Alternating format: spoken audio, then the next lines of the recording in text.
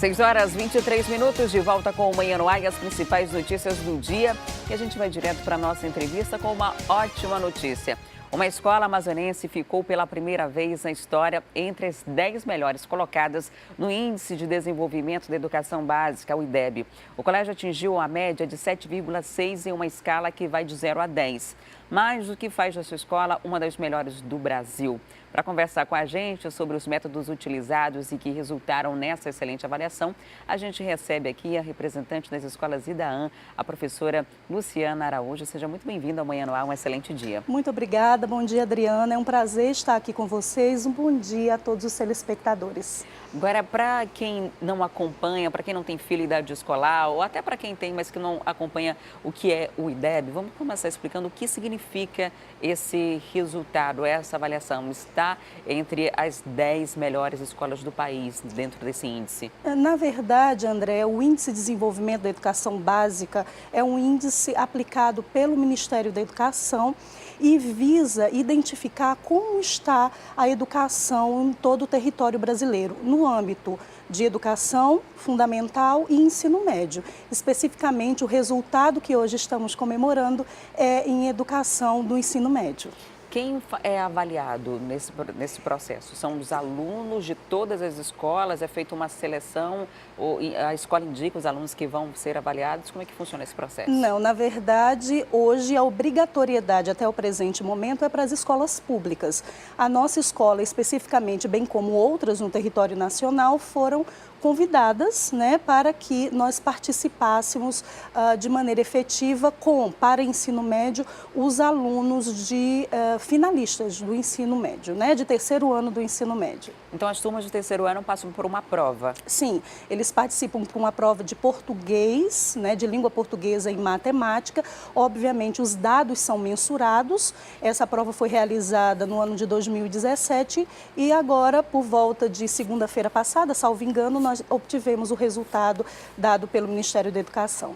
Em números gerais, a situação do Amazonas não é uma situação confortável dentro dessa avaliação do IDEB, O índice, quando avalia as escolas públicas do nosso estado, infelizmente, a gente ainda está muito aquém do que deveria estar. Mas uma boa notícia como essa, de ver que uma das unidades escolares aqui do Amazonas está entre as 10 do Brasil, são mais de 5.000 unidades avaliadas, chama a atenção de que quando há boa vontade e interesse coletivo, as coisas dão certo, Sim, e na verdade, antes de mais nada, eu quero dizer que toda a nossa comunidade escolar se sente honrada, honrada com esse resultado do IDEB.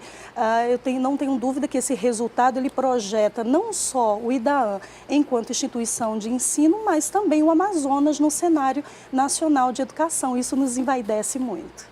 Qual a receita do sucesso? Na verdade, é um trabalho efetivo e incansável no decorrer dos 12 anos de funcionamento de nossa escola.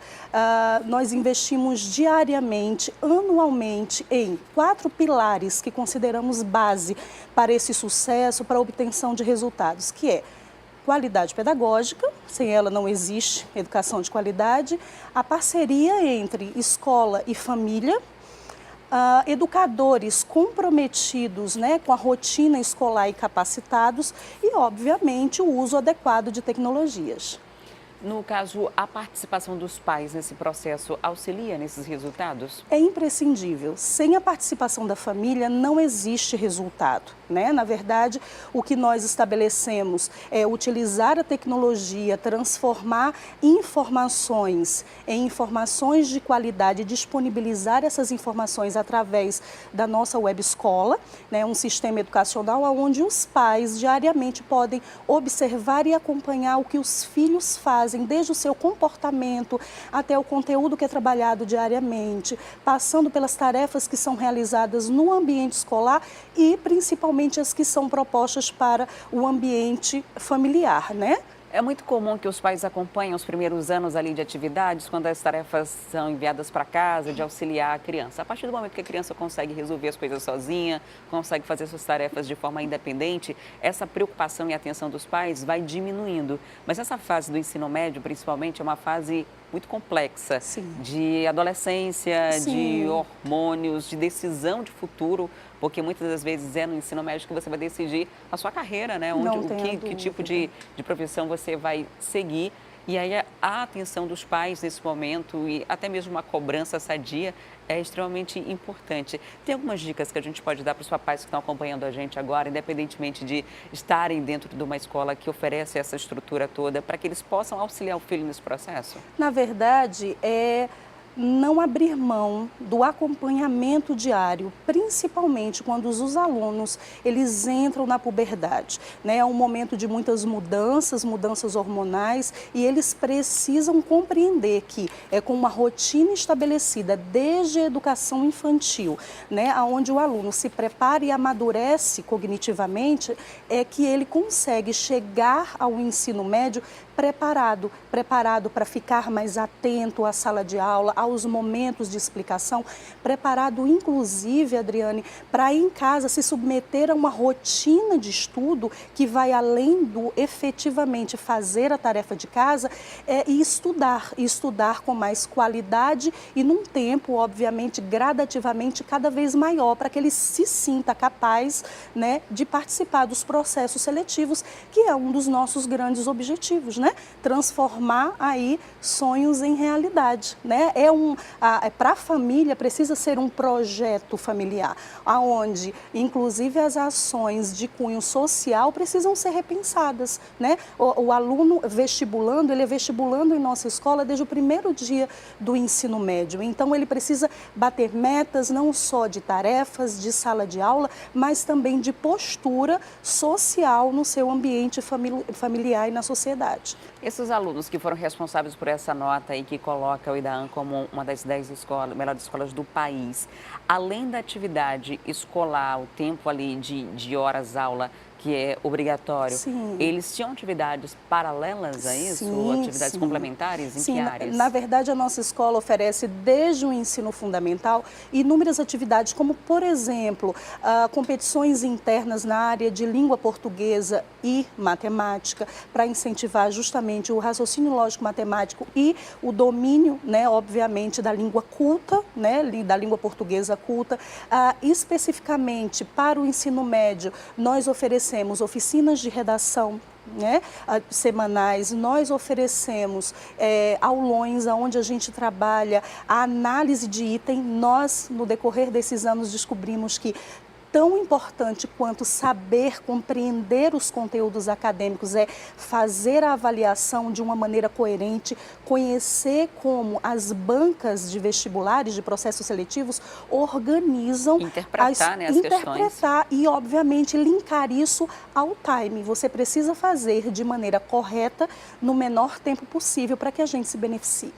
Parabéns pelo resultado aqui em nome da nossa equipe. É algo que a gente fica muito feliz de dar uma boa notícia. Geralmente as notícias não são tão boas relacionadas a essa área, então quando a gente pode dar uma notícia de mais de 5.000 unidades escolares avaliadas, estarmos aqui entre as 10 do Brasil, é muito gratificante. Na verdade, eu agradeço a oportunidade de estar aqui presente, de falar, né, vir aqui falar sobre educação, uma educação que liberta, uma educação que transforma e transforma sonhos em realidade, e dizer que o IDAAN ser hoje o primeiro lugar do Amazonas e em nota o 9º lugar no Brasil, nos envaidece, né? Nos envaidece porque é projetar o Amazonas, esse Brasil que o Brasil está ainda começando a aprender quem é, né? Somos fortes, nós somos do norte.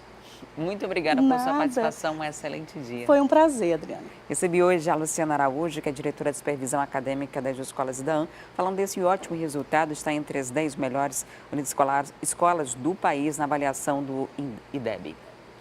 E agora a gente muda de assunto, vamos voltar a falar dos casos de polícia. Detentos da unidade prisional de Parintins tentaram escapar nesse fim de semana por um buraco aberto em um muro. A fuga foi frustrada pela PM. Mais tarde houve um motim e a justiça determinou a transferência desses presos para a capital.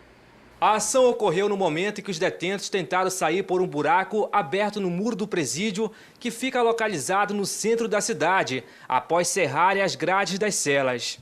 De acordo com os policiais que participaram da operação, a equipe da Força Tática da PM já tinha informações do plano de fuga dos internos e montou uma estratégia que surpreendeu o grupo com balas de borracha no momento em que tentava deixar o presídio. 2 dos detentos ainda conseguiram retornar às celas. Com isso, 7 presidiários foram recapturados. Nós, há 4 dias atrás, nós já tivemos umas informações de que poderia haver uma fuga da unidade prisional de Parintins. E dessa forma intensificamos o patrulhamento no perímetro do presídio, o qual ontem se verificou a veracidade da tentativa de fuga, né? Então, constatamos a quebra do muro e conseguimos efetuar a prisão dos detentos que tentaram se evadir da unidade prisional. Além dos 7 detentos presos, né, na tentativa de fuga, nós também fizemos a detenção de 4 indivíduos, sendo que dos 4, uma é mulher. Cada um estava numa moto para dar apoio à fuga dos detentos. Os 7 detentos e as outras 4 pessoas envolvidas na tentativa de fuga foram conduzidos à 3ª Delegacia Interativa de Polícia. Pela manhã, horas após a ação policial que frustrou a fuga dos internos, aconteceu um motim na unidade prisional. Os presos ficaram batendo nas grades das celas e, com medo de uma possível rebelião, funcionários da cozinha do presídio saíram correndo do local. Cerca de 30 policiais militares de Parintins isolaram vias ao redor do presídio e conseguiram cessar o tumulto no início da tarde. Dezenas de familiares de detentos, sem saber o que iria acontecer com eles, ficaram de plantão em frente à unidade prisional.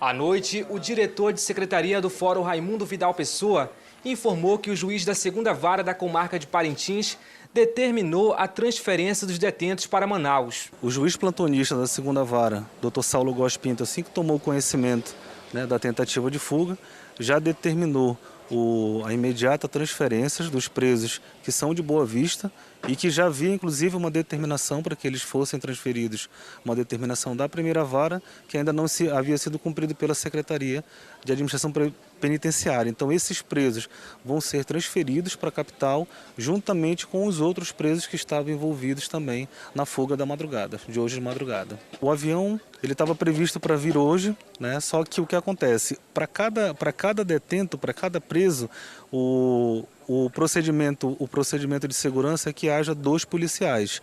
E a Secretaria de Administração Penitenciária ainda não havia conseguido um avião com esse porte para trazer o reforço da capital para levar esses presos de volta. Então eu acredito que hoje à noite, no máximo até amanhã de manhã.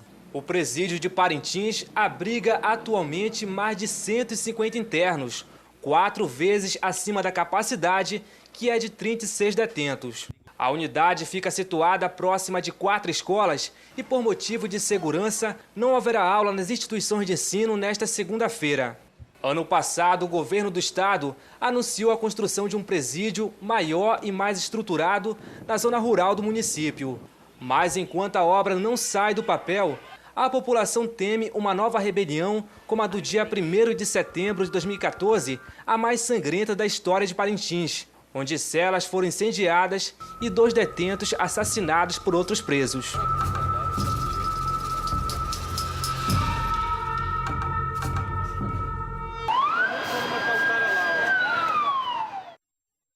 Números que não batem, né? Uma unidade prisional que tem capacidade para 36 detentos com 150, né? Mais de 4 vezes a capacidade do local. E essa não é uma realidade exclusiva de Parintins, é uma realidade de todo o Amazonas, na verdade de todo o Brasil. Se é algo preocupante, porque cada vez mais pessoas são presas e cada vez menos presídios são construídos. E quando se fala em construir presídio, principalmente no interior do estado, ninguém quer. Faz abaixo-assinado, as pessoas vão para a rua manifestar porque não querem que tenha um presídio dentro da sua cidade, por medo, e uma série de outros fatores, até de preocupação de afetar a economia local. E diante desse cenário, a gente tem muitos presos que vêm para a capital e que acabam não tendo julgamento. Na semana passada, a gente noticiou que 500 presos podem ganhar liberdade justamente por isso, porque vêm para cá e não tem como voltar para onde foram presos por conta dos custos e passar por um julgamento que precisa ser feito. E o resultado disso é que eles podem ganhar liberdade. Então, é importante, sim, que tenham unidades no interior do estado preparadas para esses detentos, para receber esses presos, porque o interior do estado, que antes era um sinônimo de calmaria, deixou de ser, não só na região metropolitana, mas em todo o Amazonas, os casos de crimes, até crimes hediondos, são cada vez mais frequentes, né? E aí a gente fica trazendo também aqui um alerta para o Estado e o governo federal, que é o responsável por liberar recursos para as unidades, para a construção de unidades prisionais. A gente continua ainda no interior do estado porque uma mulher trancou os filhos de 3 a 5 anos em casa e em seguida ateou fogo. Isso mesmo, ela colocou fogo na própria casa com os filhos dentro. Esse caso foi no município de Novo Aripuanã, na noite desse sábado. O Fred Rocha está ao vivo e tem os detalhes. Fred, como ficou o estado de saúde dessas crianças? Adriane, felizmente elas não sofreram ferimentos mais graves, foram levadas ao hospital de Novo Aripuanã apenas por precaução. Agora elas estão aos cuidados do pai, que é separado da mãe, inclusive por isso não morava na mesma residência. Esse caso aconteceu no fim de semana. A população, vizinhança, ligou desesperada para a polícia militar, informando que uma mulher havia deixado os 2 filhos dentro da própria casa e ateou fogo. Crianças de 3 e 5 anos de idade. Antes mesmo da polícia militar chegar ao local, as próprias pessoas conseguiram arrombar a casa e tirar as crianças lá de dentro antes que o pior acontecesse. Após a chegada da polícia, a PM fez buscas ali naquele local no intuito de encontrar a mulher e conseguiu prendê-la. Ela confessou aos policiais o crime. Segundo a polícia, ela apresentava sinais de embriaguez. Agora, ela vai responder por este crime absurdo que cometeu no município de Novo Aripuanã. Adriane. É algo inimaginável, né? Uma mãe trancar os filhos em casa tão pequenos, atear fogo e deixar as crianças ali, né? Só por inalar essa fumaça, essas crianças já poderiam ter morrido. Ainda bem que os vizinhos socorreram a tempo. Muito obrigada, Fred, pelas informações. E uma operação das forças de segurança percorreu vários bairros de Manaus nesse fim de semana. Veja esse e outros casos no nosso resumo de polícia. A operação em Manaus termina com 10 presos e 3 adolescentes apreendidos. 5 veículos foram recuperados. Na Compensa, na Zona Oeste, de Emerson Façanha da Silva, de 28 anos, foi flagrado pela polícia com poções de drogas e 4 munições. Emerson é um dos presos nessa operação que percorreu diversos bairros de Manaus nesse fim de semana. 4 travestis venezuelanos e um homem suspeito de roubo foram presos. Segundo a polícia, eles fazem programas no centro e roubam os clientes. No sábado, as vítimas acionaram a PM. Hoje, os suspeitos devem ser encaminhados para o setor de imigração da Polícia Federal.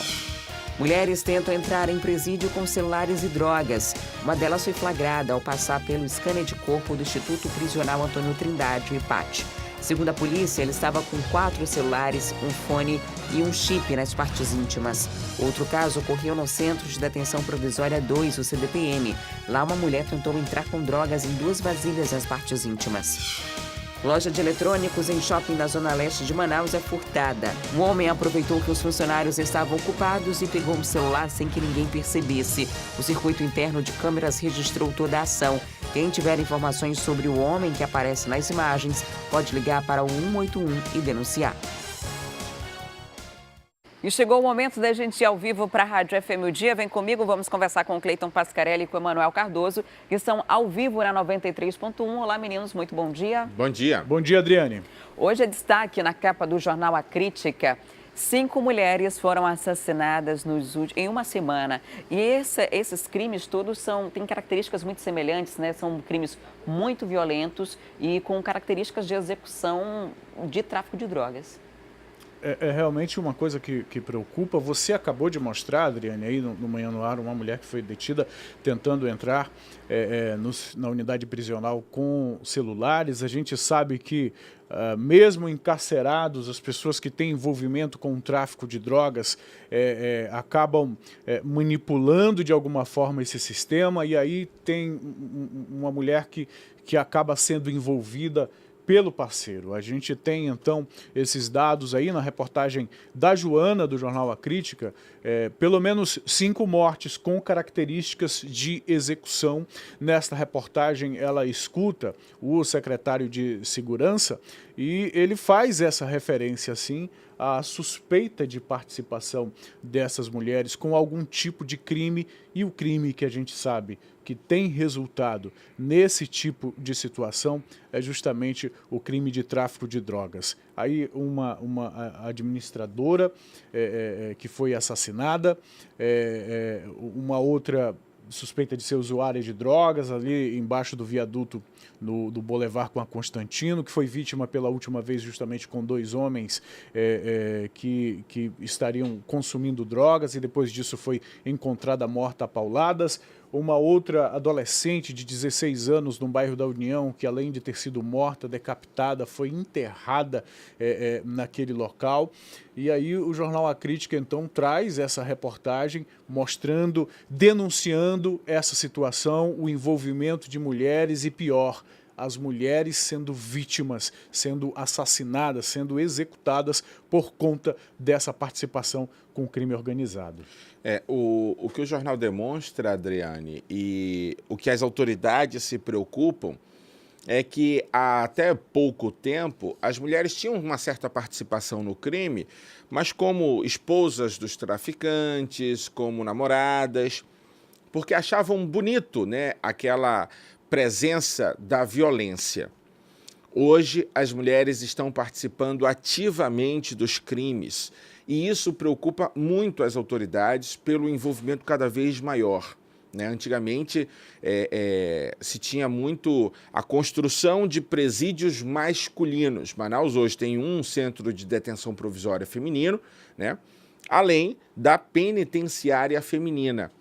Acredito eu que vai ter que começar a construir mais presídios, Adriane, porque do jeito que a situação está, não está fácil. As características de crime aí mudaram bastante, né? Antes a mulher era presa, como você bem disse, porque namorava o bandido. Aí chegava lá na casa, estava com droga. Ia todo mundo preso. Hoje é um perfil bem diferente, elas estão mais violentas, querem fazer parte, Exato. herdam de fácil essa herança do crime, né?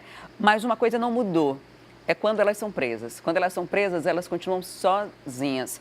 Esse fim de semana, eu passei ali no quilômetro 8 da BR-174 e, como de costume, feriados e fim de semana, aí tem visita de familiares.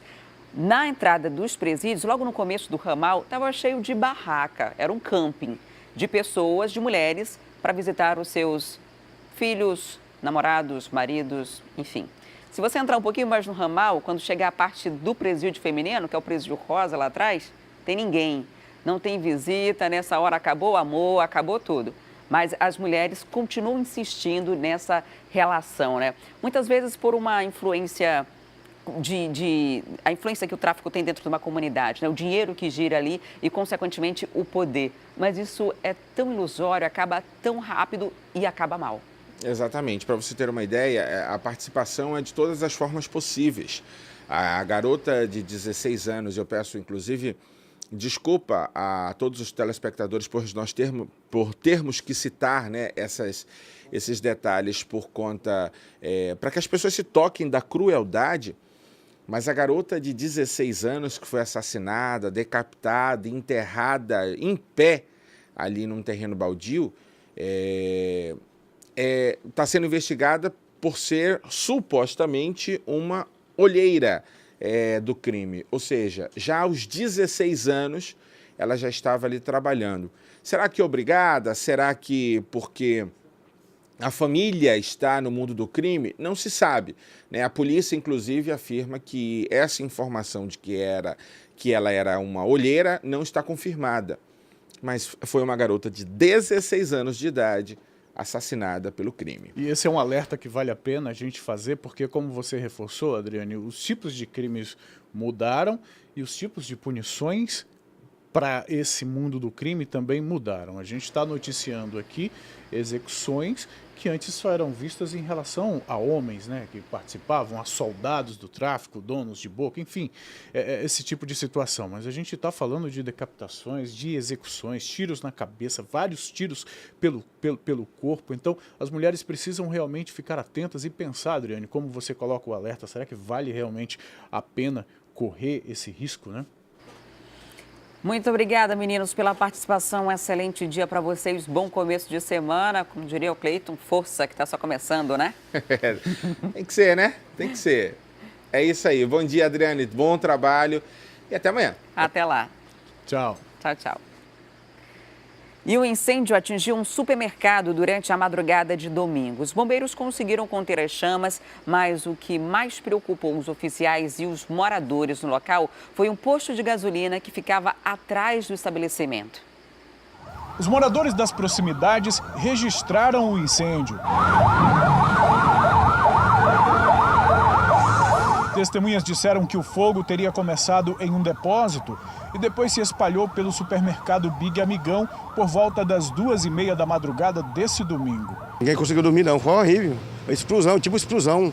O fogo muito alto. O corpo de bombeiro chegou, mas não tinha como combater o fogo. E foi cada vez mais aumentando. E nós tínhamos que sair todo mundo daqui. O medo dos moradores era de que o fogo atingisse o posto de gasolina que fica ao lado do supermercado. A nossa maior tensão, nosso maior desespero foi porque por conta do posto de gasolina, com medo do fogo se alastrar até lá, e aconteceu uma grande explosão entre a gente. Então foi um desespero, todos foram retirados das suas casas por conta que poderia haver uma explosão. Pela manhã ainda era possível ver fogo dentro do prédio. As chamas consumiram as mercadorias e os equipamentos do supermercado. Parte das paredes também cederam e o telhado foi destruído. Ninguém ficou ferido. São 10 horas da manhã, esta faixa da rua Coronel Cirilo Neves aqui na Compensa permanece interditada. Isso porque as equipes do Corpo de Bombeiros ainda fazem o rescaldo, que é o procedimento de combater a pequenos focos de fogo do incêndio que começou pela madrugada. Pelo menos 3 viaturas do Corpo de Bombeiros permanecem aqui. Ainda há pouco chegou mais um carro-pipa para abastecer essas viaturas. Ainda há fumaça na parte de trás do supermercado. E aqui nas proximidades, os moradores que tiveram uma noite de muita preocupação ainda acompanham o trabalho dos bombeiros, mas agora um pouco mais aliviados. Nós empregamos ao total de 8 viaturas, uma plataforma e teve um apoio também de um carro-pipa. Tivemos logo no início com 30 bombeiros e depois chegou apoio, né?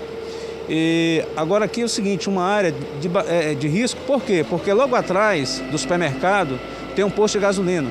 E a nossa preocupação era exatamente isolar essa área para que não viesse propagá-la para o posto de gasolina. A Defesa Civil também esteve no local para avaliar os riscos na estrutura e como a vizinhança foi afetada. Seu Antônio foi um dos moradores que tiveram que sair de casa às pressas. Desde as 2h30, 3 horas da manhã, eu já peguei os filhos e fui embora lá para a avenida. Aqui na rua de trás, na parte de trás do supermercado, a fumaça ainda incomoda bastante. De acordo com os moradores, o fogo começou ali naquele buraco ali, olha, no depósito do supermercado, e de lá se espalhou por toda a estrutura. Esta parte aqui, existe um risco muito grande, de acordo com a Defesa Civil, para pelo menos 8 casas que estão próximas à parede do supermercado.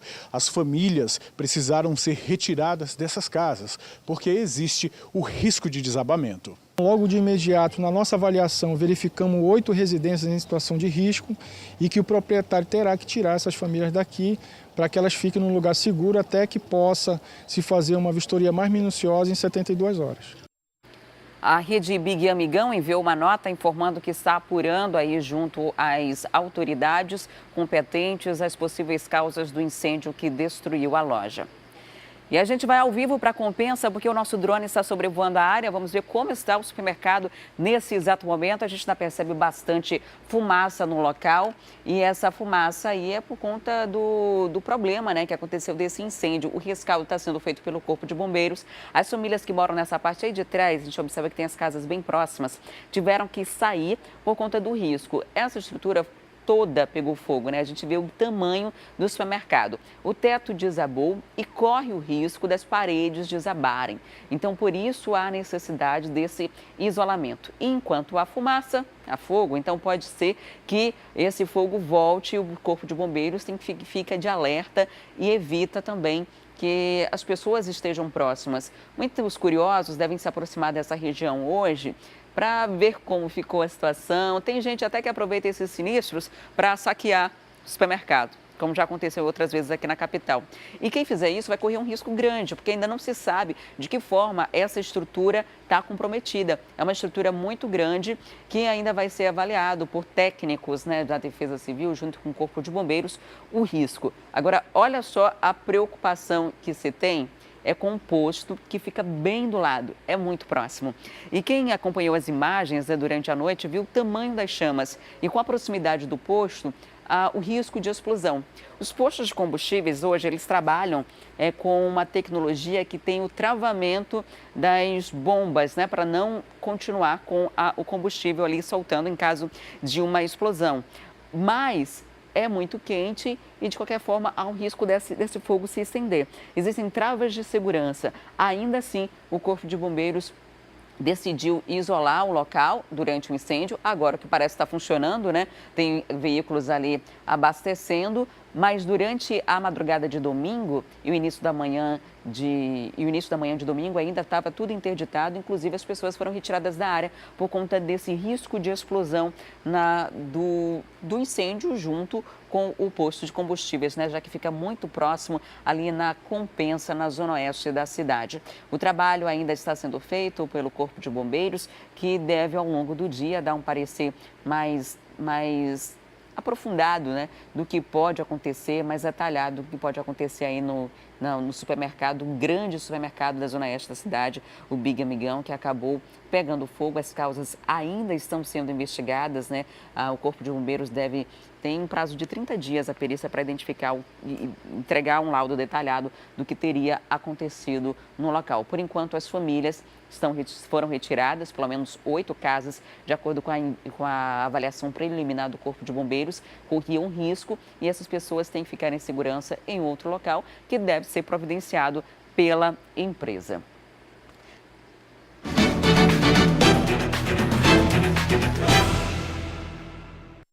Está na hora de sabermos quais serão os compromissos dos candidatos ao governo do Amazonas para esta segunda-feira.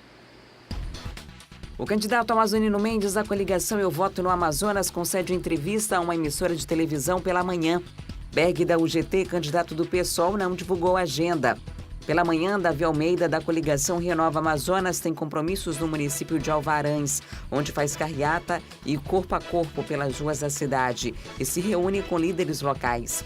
À tarde, já em Manaus, faz caminhada no bairro Presidente Vargas. Durante a noite, se reúne com lideranças na zona centro-sul da capital. A candidata Lúcia Antoni, da coligação O Povo Feliz de Novo, faz reunião interna com o partido pela manhã.